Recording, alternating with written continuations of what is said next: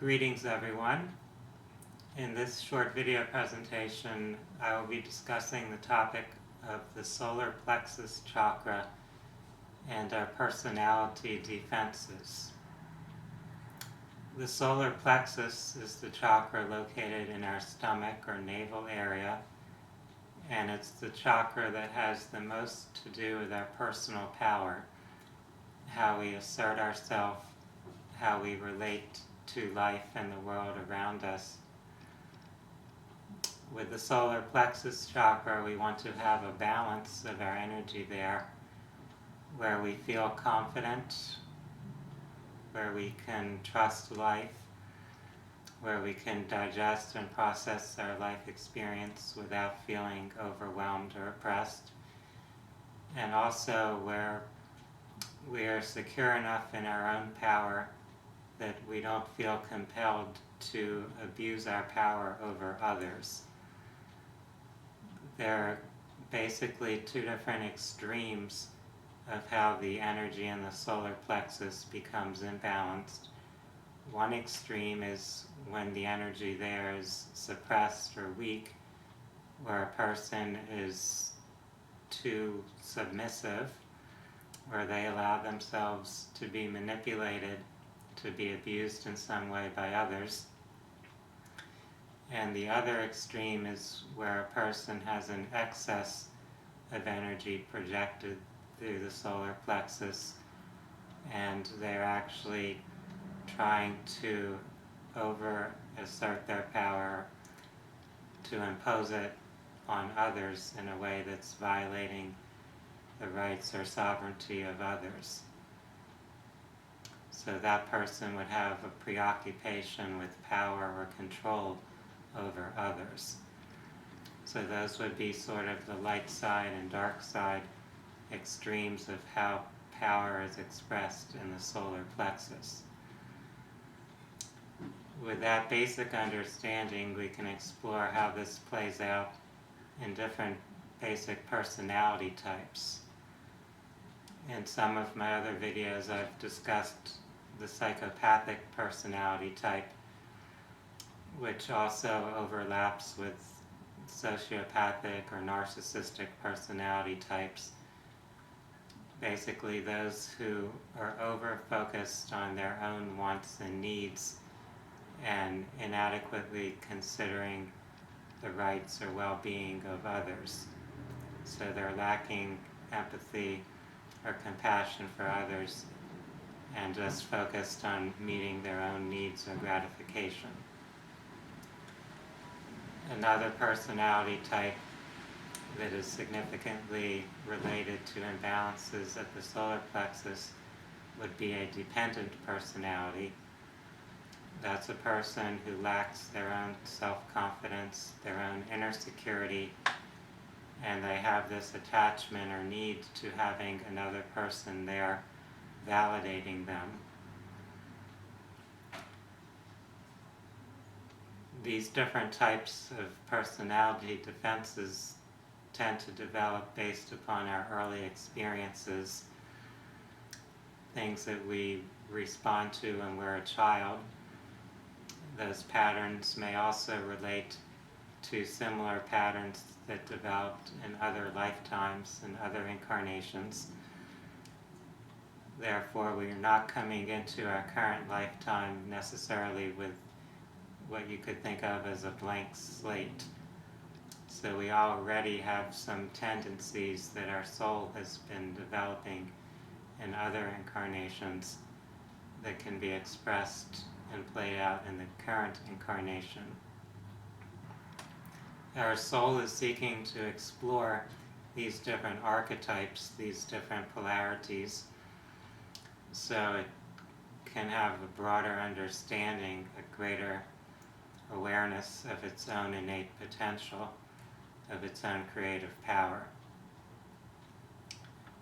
When we go through these different personality types, we can see how they can represent polarized patterns and imbalanced responses to the stresses or challenges of life.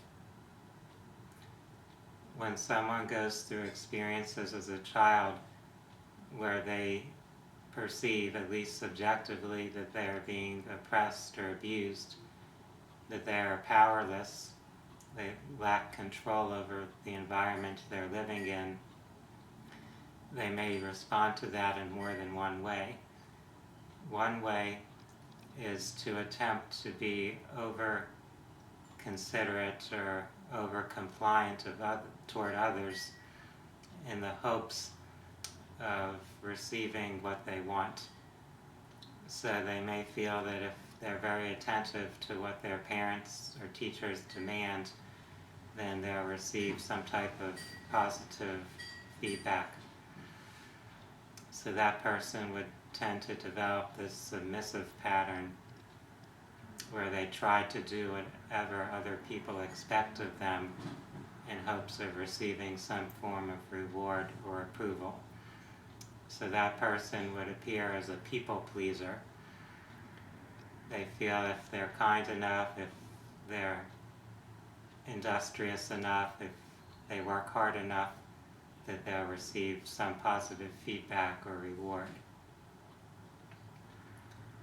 Another response would be to attempt to take on the role of the person who is controlling others.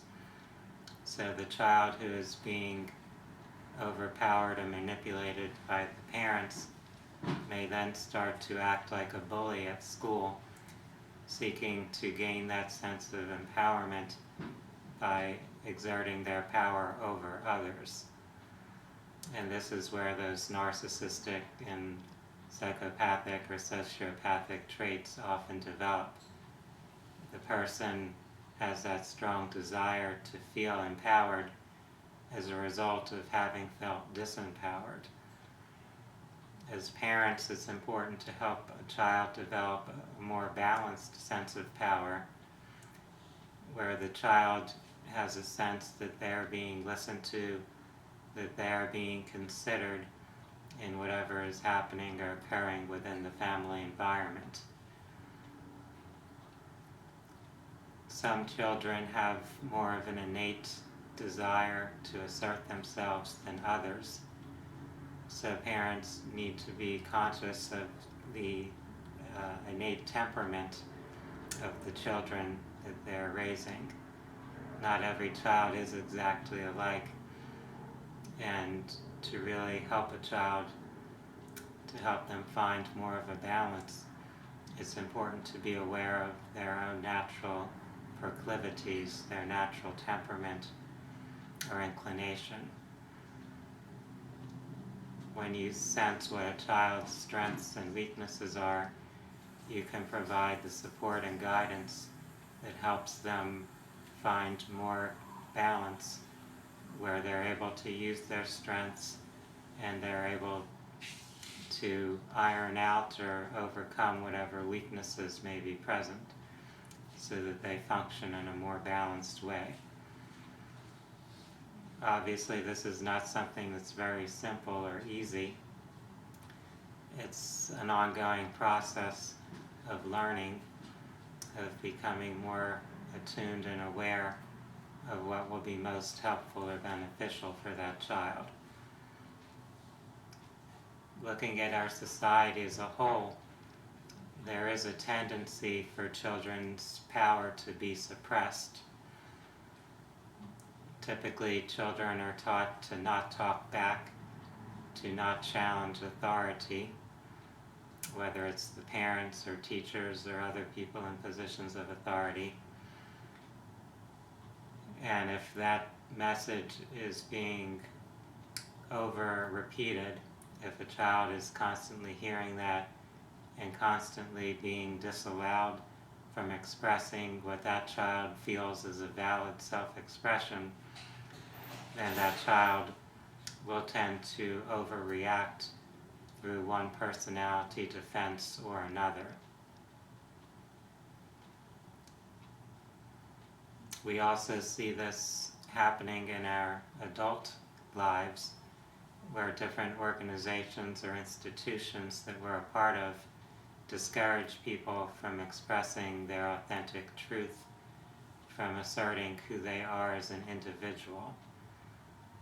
many groups attempt to impose some form of conformity, where if you have an idea, if you have a perspective that doesn't conform to that group, you will be suppressed. You will not be allowed to assert the way you see things or what you're feeling about things.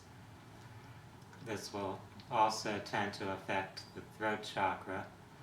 So it's common to find people with imbalances in both the solar plexus and the throat chakra, since our ability to assert ourselves and voice what we think or what we need are interrelated. Those two chakras often are both affected by the same situations or issues. With our solar plexus, we can be more conscious and mindful of how we are interacting with the environment around us, and we can find healthy ways to assert and express ourselves.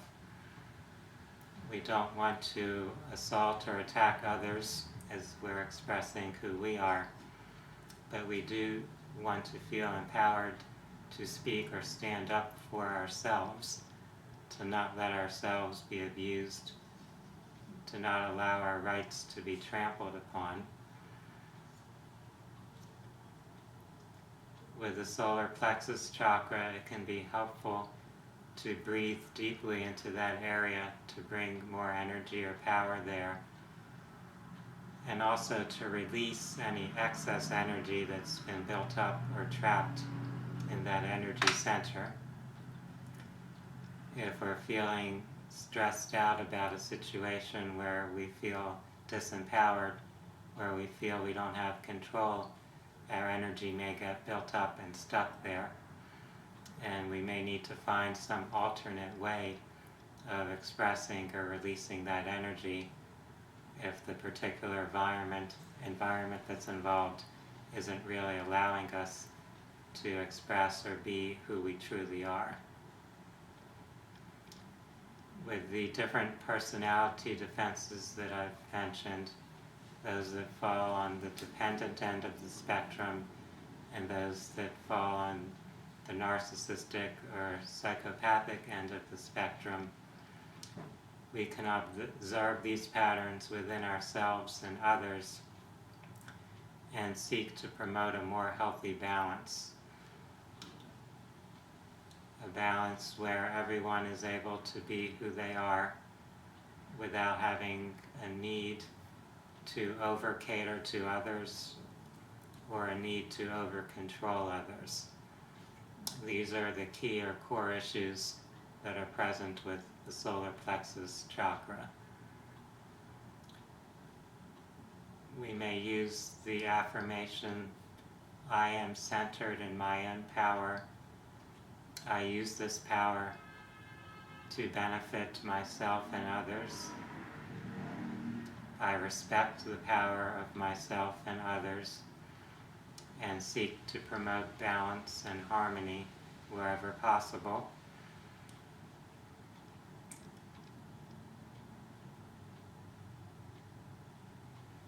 I hope that everyone has gotten some valuable ideas or insights from this discussion. This is a complex topic because there are various factors that influence the energy of our solar plexus, both internal factors of our own core archetypal patterns and the patterns that are present in the world around us, those external environmental influences, those stresses and challenges that we encounter in our lives. From my own experience working as a therapist, working as an energy healer, I see many issues in this area. Solar plexus issues are very common. Physically, they often appear as digestive issues. People that have stomach or colon problems or intestinal problems, these issues are usually related to some imbalance in the solar plexus. Also, pancreas issues, diabetes, those types of concerns are connected to solar plexus imbalances. I encourage each of you to be conscious of any issues that you're experiencing in that area and to focus on releasing any past barriers to the energy flow, any traumas you've experienced related to your personal power. So to feel completely content in who you are, in truly expressing your unique individuality, your personal needs and desires.